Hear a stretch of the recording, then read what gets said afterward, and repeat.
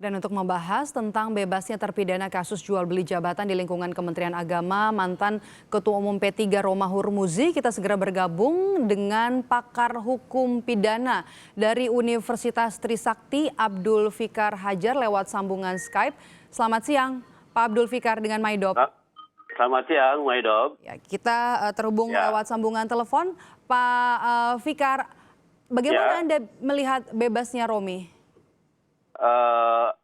Gini, bahwa itu putusan pengadilan tinggi yang mengurangi putusan pengadilan negeri, dari sudut kewenangan ya bisalah, pengadilan tinggi memang punya kewenangan untuk itu. Tetapi kalau diletakkan dalam konteks pemberantasan korupsi, sebenarnya semangatnya yudikatif ini kurang gitu ya, terutama di pengadilan tinggi.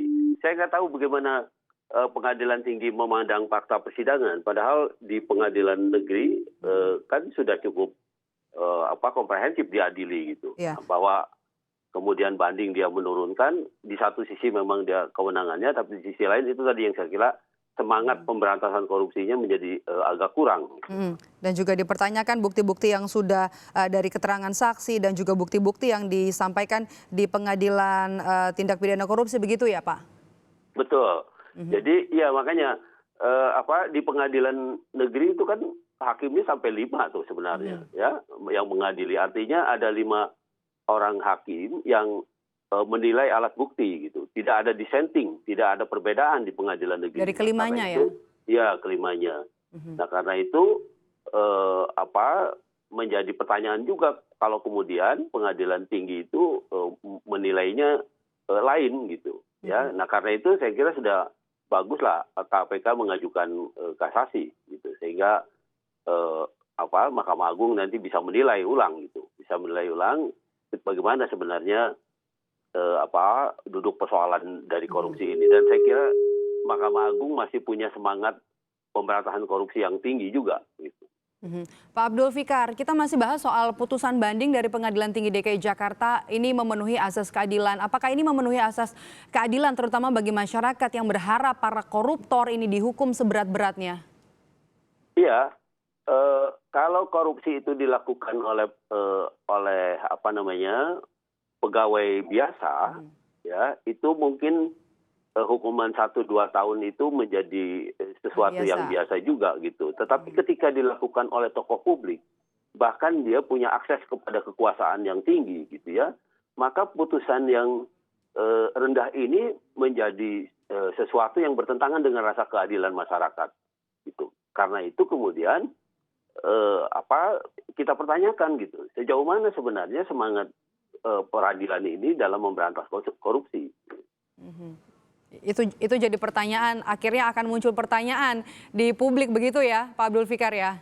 Betul. Nah, kita bahas soal kasasi ke Mahkamah Agung yang sudah diajukan oleh Komisi Pemberantasan Korupsi 27 April lalu. Nah, bagaimana Anda melihat langkah yang diambil KPK ini dan apa sebenarnya hal-hal yang perlu dipersiapkan KPK untuk mengajukan ini? Iya, kasasi ya ini tingkat kedua dari suatu peradilan pidana. Tingkat pertamanya itu adalah yudek paksi di pengadilan tipikor dan pengadilan tinggi. Tingkat keduanya di Mahkamah Agung dalam rangka Mahkamah Agung tidak lagi akan menilai fakta, tetapi lebih menilai penerapan hukumnya. Sejauh mana pengadilan negeri dan pengadilan tinggi, terutama yang vonis terakhirnya sudah menerapkan hukum dengan baik, gitu, atau dengan benar, gitu. Nah itu yang akan dinilai oleh Mahkamah Agung, oleh kasasi, oleh Majelis Kasasi. Nah karena itu KPK harus bisa menunjukkan bahwa pengadilan tinggi memang keliru dia ketika menerapkan hukuman sampai dengan pada kesimpulan menghukum cuma 1 tahun. Nah itu yang akan dinilai itu oleh Mahkamah Agung, oleh kasasi. Nah karena itu KPK harus mempersiapkan diri dalam pengertian lebih pada kajian yuridisnya, lebih pada kajian bagaimana sikap pengadilan tinggi terutama gitu ya ketika memutuskan apa pertimbangan hukum yang dominan sehingga dia kemudian menjadi Dipotong 1 tahun hukumannya ya? menurunkan sampai 1 tahun. Padahal sisi pemberatnya kan ada. Ini pejabat publik yang menjadi contoh semua orang kan gitu, yang menjadi toladan gitu. Tapi kok justru dikurangi hukumannya. Oke, KPK punya kesempatan untuk membuktikan bahwa putusan dari Hakim Pengadilan Tinggi DKI Jakarta ini keliru begitu ya. Nah, kemudian seberapa besar peluang KPK dapat memenangkan kasasi ini, Pak Abdul Fikar? Saya kira kalau melihat putusan pengadilan negeri, ya mestinya ya hakim kasasi atau hakim Mahkamah Agung ini akan melihat secara komprehensif gitu. Sebenarnya siapa yang yang lebih tepat menilai alat bukti gitu ya? Siapa yang lebih tepat, lebih akurat, bukan lebih tepat, maksud saya lebih akurat melihat alat-alat bukti sehingga menyimpulkan kemudian hukumannya lebih berat dari 1 tahun. Nah, itu yang akan dinilai oleh Mahkamah Agung ya, oleh hakim kasasi.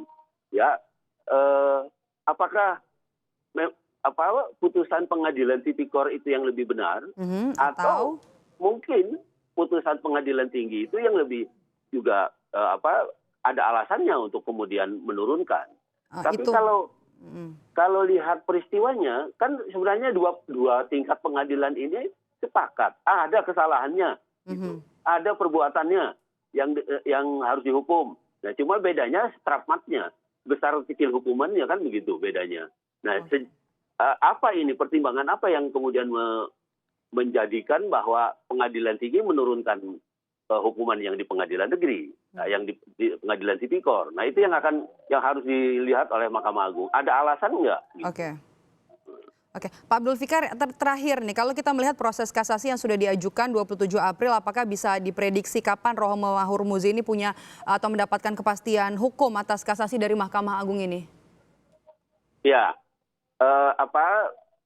Di dalam hukum acara pidana sebenarnya tidak ada pembatasan berapa lama sidang dalam satu tahapan. Tapi bisakah diprediksi, Pak?